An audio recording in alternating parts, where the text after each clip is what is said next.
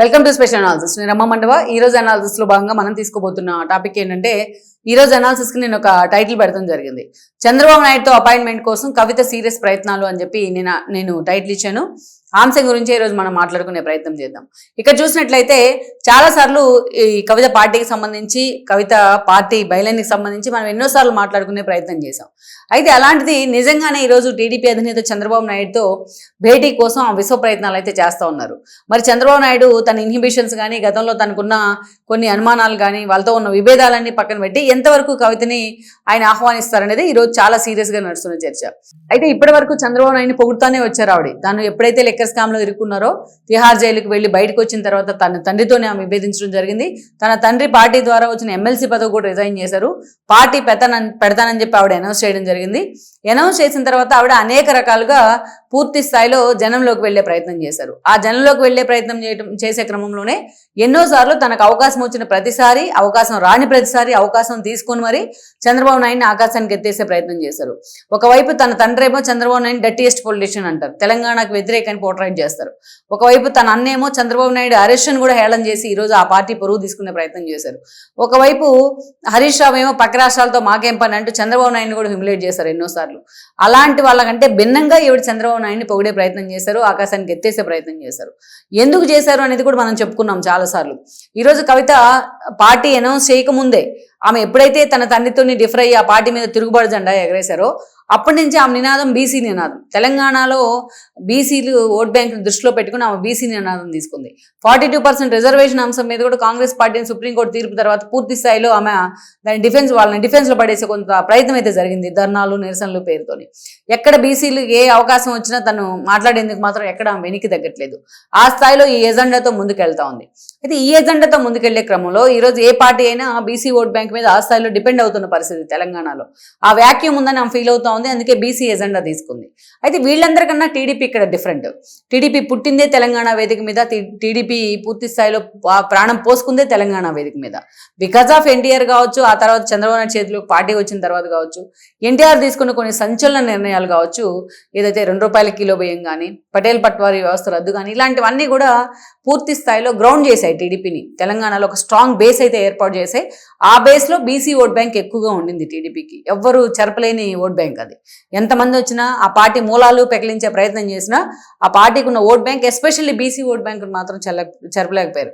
అందుకే రాష్ట్ర విభజన తర్వాత కూడా చంద్రబాబు నాయుడు ఇప్పటికీ బీసీ నేతలనే ప్రెసిడెంట్గా పెట్టే ప్రయత్నం చేస్తూ ఉన్నారు. ఇప్పటికీ పెట్టే ప్రయత్నం చేస్తూ ఉన్నారు. బీసీ నేతల మీద ఎక్కువ ఫోకస్ పెడతా ఉంటారు ఆయన.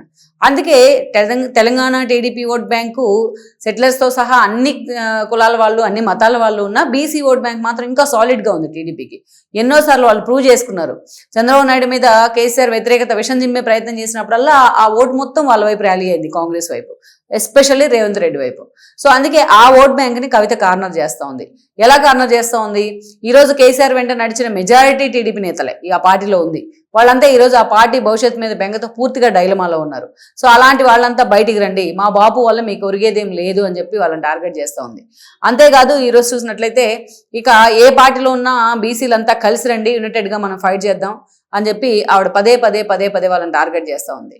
ఇక బీసీకి టీడీపీ ఓట్ బ్యాంక్ అంత సాలిడ్గా ఉంది కాబట్టి చంద్రబాబు నాయుడు అవకాశం వచ్చినప్పుడల్లా ఆకాశానికి ఎత్తేసే ప్రయత్నం చేస్తూ ఉంది.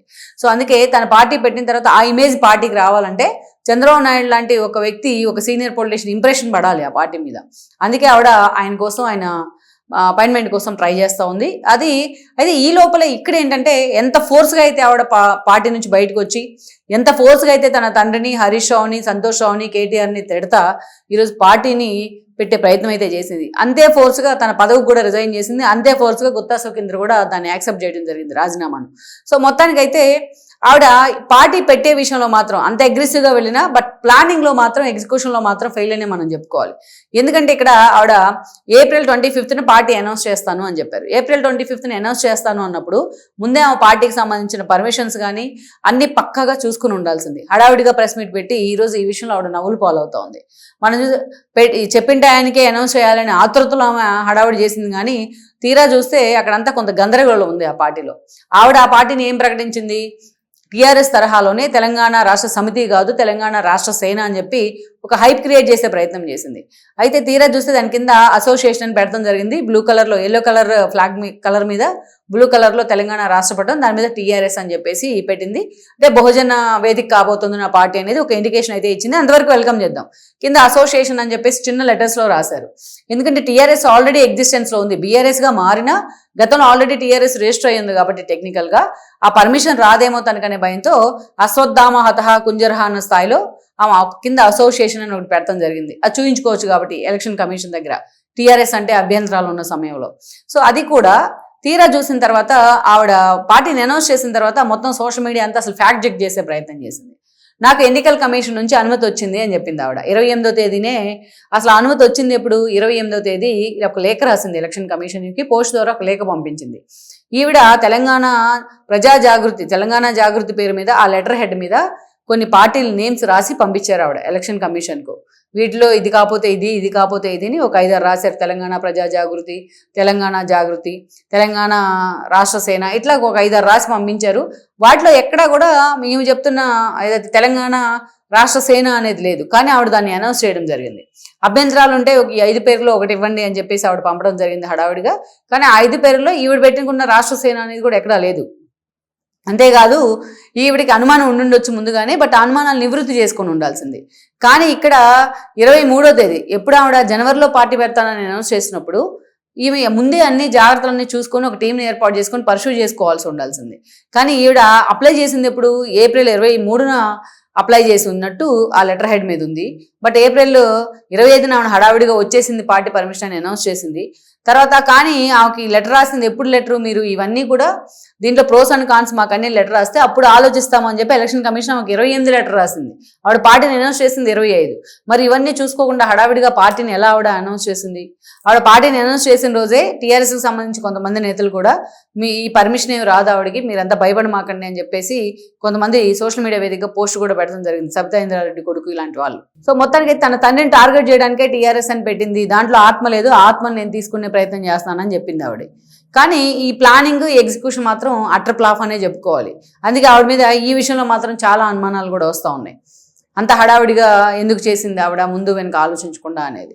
ఒక పార్టీ పెట్టేటప్పుడు మన ఎగ్జైట్మెంట్ని, దాని మీద మన ఎమోషన్స్ని, మన ఎగ్జైట్మెంట్ని దాటుకుని ఉండాలి ఆ పార్టీ అనేది. అంతేగాని ఆదిలోనే హంసపాత్ తరహాలో స్టార్టింగ్లోనే ఇన్ని ఇబ్బందులు గురైతే తర్వాత చాలా ఎదుర్కోవాల్సి వస్తుంది కవిత, ఇంకా ఛాలెంజెస్ ఉంటాయి. సో అయితే ఈ పార్టీ విషయాన్ని మనం పక్కన పెడితే, బట్ ఈరోజు ఆవిడ మాత్రం చంద్రబాబు నాయుడిని భేటీ అవడానికి ఆయనతోని చాలా సీరియస్ ఎఫర్ట్ అయితే పెడతా ఉంది. మరి ఇప్పుడున్న పరిస్థితుల్లో కేసీఆర్ని ఆవిడ డిఫర్ అయ్యి బయటకు వచ్చింది ఆవిడ. మరోవైపు చంద్రబాబు నాయుడు ఏమో కేసీఆర్ని బీజేపీకి దగ్గర చేసే ప్రయత్నం చేస్తున్నారన్న వార్తలు వస్తూ ఉన్నాయి. కేటీఆర్ కూడా ఈరోజు తమకు ఆప్షన్ బీజేపీ దగ్గరికి తాము వెళ్ళాలి అంటే పొత్తుల కోసం చంద్రబాబు నాయుడే ఏకైక ఆప్షన్ అని భావిస్తూ ఉన్నారు. మరి ఇలాంటి పరిస్థితుల్లో వాళ్ళని డిఫర్ అయ్యి చంద్రబాబు నాయుడు నిజంగా ఆమెతో భేటీ అవుతారు అన్నది మాత్రం ఈరోజు ఇది మొత్తానికైతే అన్ప్రెడిక్టబుల్ అవుతుంది. ఎర్లీ ప్రిడిక్షన్ అవుతుంది, మనం వెళ్తుంది అంటాం. సో మొత్తానికి చంద్రబాబు నాయుడు ఈమె విషయంలో ఎలాంటి స్టాండ్ తీసుకుంటారనేది కూడా మనం చూడాలి.